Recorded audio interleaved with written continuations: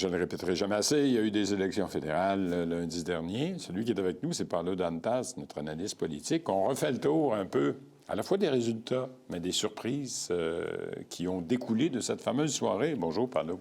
Bonjour, M. Lahamé. Merci d'être là. Encore une fois. Donc, élection, surprenante. Plus ou moins ici sur la Rive-Sud, oui. Peut-être plus qu'ailleurs, parce qu'il y a une vague libérale qui a un peu déferlé sur la région. C'est ça, c'est intéressant parce que c'est une carte qui a été redessinée avec les chocs, un peu d'improvisation. Parce qu'au début, vous vous rappelez, c'était une campagne, tout le monde disait « Ah, ça va être une campagne plate, oui. Une campagne tranquille », mais elle a été vraiment transformée, surtout la géographie politique ici à la Rive-Sud. Ici, sur la Rive-Sud, effectivement, remarquez que ça... Je pense que c'était une campagne plate quand même. Mais ici, sur la Rive-Sud, oui, des surprises au plan national. On prend les sondages du début de campagne et le Parti libéral était à 43 %. À la fin de la campagne, il était à 43 %. Alors, ça n'a pas bougé beaucoup. Le baromètre n'a pas bougé tant que ça. Mais ici, sur la Rive-Sud, parce que... À la finale, comme on dit, à la fin de la soirée, le Bloc québécois a perdu quand même presque une douzaine de circonscriptions. Et ici, sur la Rive-Sud, ça a frappé. C'est impressionnant parce que c'est un peu comme, on peut dire des stratégies ou pas de stratégie, parce que si on parle des libéraux, c'est ça, ils ont misé vraiment d'un candidat qui n'avait pas de notoriété. On va en parler après. Et aussi que c'est même pas ancré dans la communauté. Les gens ont décidé, c'était un pari quand même risqué de mettre des poteaux qui ne savaient pas les résultats. Puis de l'autre côté du bloc, il fallait défendre certaines places. Après que M. François Blanchette s'en va, tout le monde en parle, pour valider un peu les candidats de libéraux, Mark Carney, en disant, écoute, je vais collaborer avec lui. Donc, pourquoi que les gens vont choisir les génériques si vous pouvez voter dans l'original? Donc, je pense que ça aussi a un peu coûté un peu quelques sièges au Comment l'interpréter? Parce qu'effectivement, reculons d'il y a 3 ou 4 mois, la situation était complètement différente. Rappelons-nous que le Parti libéral du Canada avait 16 des intentions de vote avec Justin Trudeau en janvier. La donne a changé complètement. D'abord, avec son départ, c'est bien évidemment que ça a eu une influence parce qu'il n'y a plus personne qui pouvait le voir en photo. Et deuxièmement, oui, l'élection de notre voisin du Sud qui est venu tout chambouler au niveau de l'économie presque mondiale et qui nous a mis dans un certain niveau d'insécurité.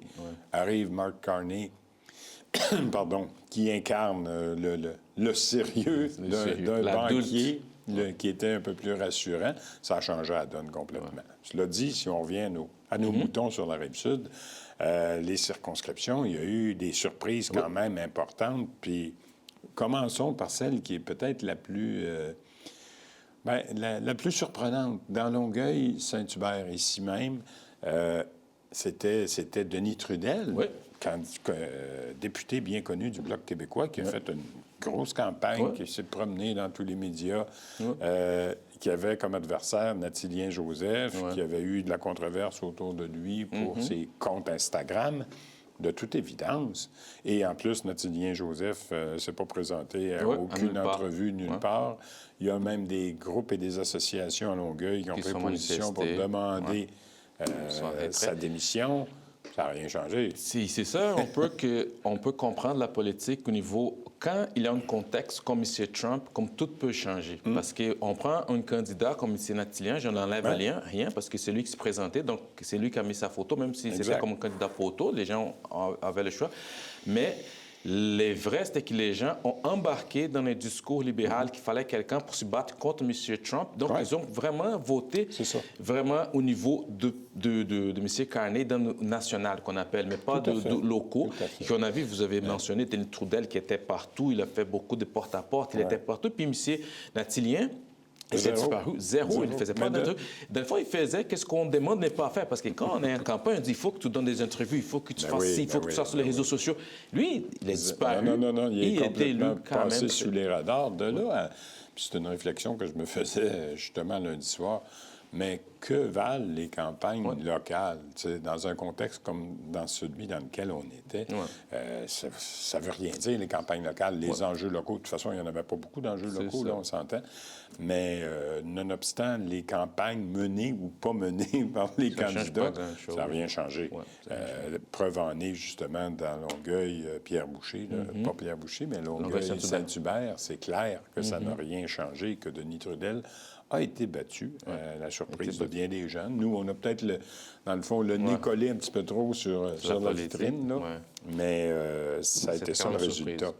À part ça, dans les surprises, moi, j'ai évidemment, même si je l'avais un peu prévu, la prairie à Tatéken. C'était un gros morceau pour le Bloc québécois. C'est à l'intérieur. Le whip. Le whip du Bloc québécois, une personne, c'est une amie proche d'Yves-François Blanchet. Pour ceux qui suivent la période des questions à Ottawa, il était tout le temps à côté. C'est quelqu'un qui menait beaucoup de dossiers, quelqu'un qui connaissait. C'était un sanguin, là, à l'intérieur, pour l'avoir eu en entrevue deux fois ici. Là, tu peux pas le manquer. Il ne fallait pas dire un mot de travail parce qu'il va de sa chaise. Exactement. Et la différence, c'est que c'est plus de 6 000 voix qui étaient différentes. C'est quand même impressionnant pour quelqu'un comme M. Jack Ramsay qui revient en politique, qui commence à voir cette fête. On s'attendait peut-être une lutte plus serrée, mais c'est quand même un message que les gens encore, peut-être ont entendu M. Blanchet dire, écoute, s'il faut vraiment...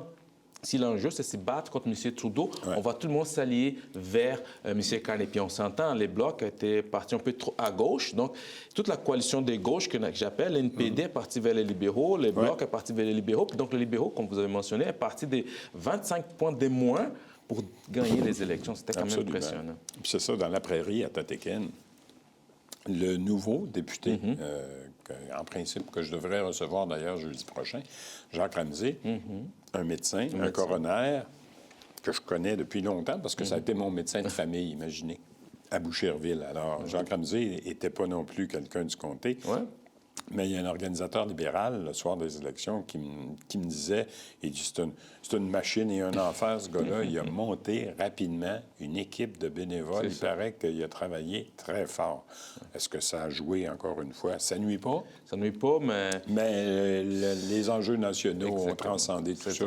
Puis on a vu ça dans plusieurs d'autres côtés de la Rive-Sud aussi. C'est des gens qui venaient d'ailleurs, mais ils sont attachés au M. Carney, l'image de M. Carney, comme Mme Provost aussi. C'est des gens à Châteauguay, qui n'étaient pas de la place non plus. Je pense on va parler aussi de Saint-Bruno, Saint-Bruno aussi. Inévitablement, Mont-Saint-Bruno, l'Acadie. Là, c'est M. Ntumba, Olivier, bienvenue. Bienvenue, Olivier Ntumba, exactement. Voilà. Avec 8 000 voix aussi. On l'avait eu ici à l'émission.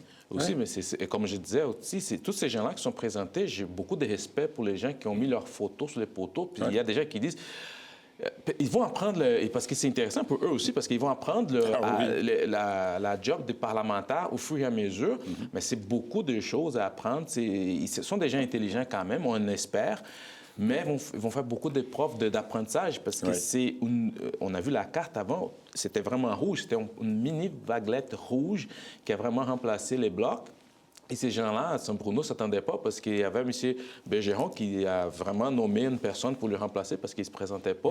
Tout le monde attendait qu'il pourrait rester avec les Blocs. Mais non, on a encore une autre surprise. Quand même des belles surprises. C'est de nouveau arrivant, ça fait toujours bien. Mais c'est beaucoup de défis aussi à soulever. Énormément de défis, oui. Puis ça a été quand même la deuxième bonne surprise là, dans les comtés, dans les circonscriptions qu'on suit ici. Puis encore là, on le disait tantôt avant l'entrevue, si on recule de 3-4 mois, ce sont des circonscriptions qui étaient assurées pour le Bloc québécois. Exactement. Un peu comme l'était la circonscription voisine de Pierre Boucher, des Patriotes Verchères. Tantôt, on avait Xavier Barsalou-Duval en entrevue. Oui, il a remporté. C'est le seul, dans le fond, qui a résisté à peu près à la vague rouge sur la Rive-Sud. Mais Xavier, sa majorité a fondu de, je pense, plus que 70 oui, c'est 46 des voix. Oui, parce qu'il y avait 15 000 quelques de majorité à la dernière élection. Puis là, il se retrouve à peu près avec 4 500 de majorité. Donc, une majorité qui fond de presque 70 là, c'est significatif. Mais bon, dans son cas, il a réussi à résister à la vague parce qu'encore là, comme tu disais tantôt, C'est un autre candidat libéral là, qui venait du champ gauche, là, qui venait d'Ottawa. Vraiment champ.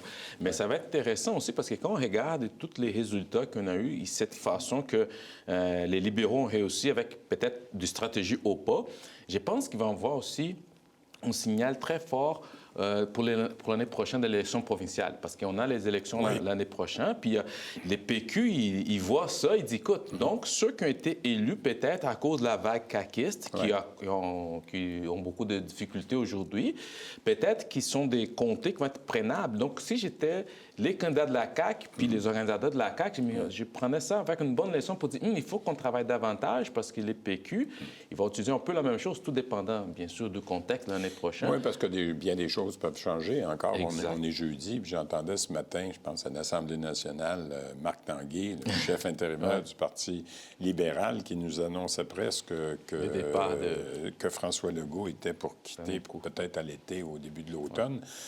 C'est dans l'air aussi, il faut bien le dire. Mais on va finir notre tournée parce qu'on n'avait pas parlé non plus des circonscriptions de Brossard-Saint-Lambert et de Longueuil-Charlemagne. Nos deux députés libérales, Alexandra Mendez et Chéri Romanado. Encore une fois, si on recule de 4 mois, dans les deux cas, ces deux députés libérales-là étaient dans l'eau chaude. Chéri Romanado, particulièrement, là, il n'y a peut-être pas beaucoup de monde qui donnait cher de sa peau, c'est le cas de le dire.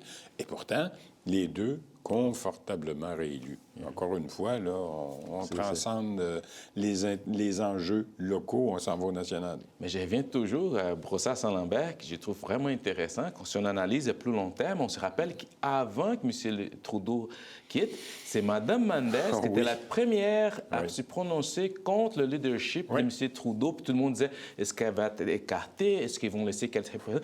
Donc, il y avait sa sortie. Après, il y a eu le départ de M. Trudeau. Puis après, il a tout...